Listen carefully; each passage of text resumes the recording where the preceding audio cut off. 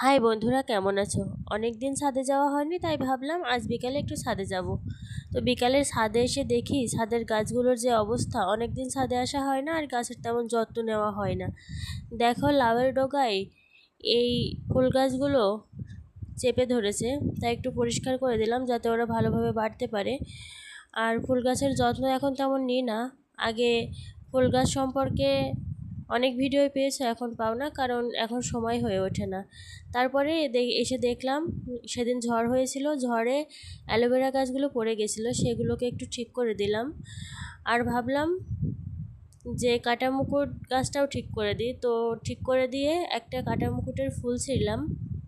কাটামুকুটের ফুলের কালার খুব সুন্দর আসে, কিন্তু আসলে তেমন যত্ন না নেওয়ার কারণে ফুলটা তেমন ভালো নেই, কালারটা মরে গেছে। তো সবাই ভালো থেকো, সুস্থ থেকো, ধন্যবাদ।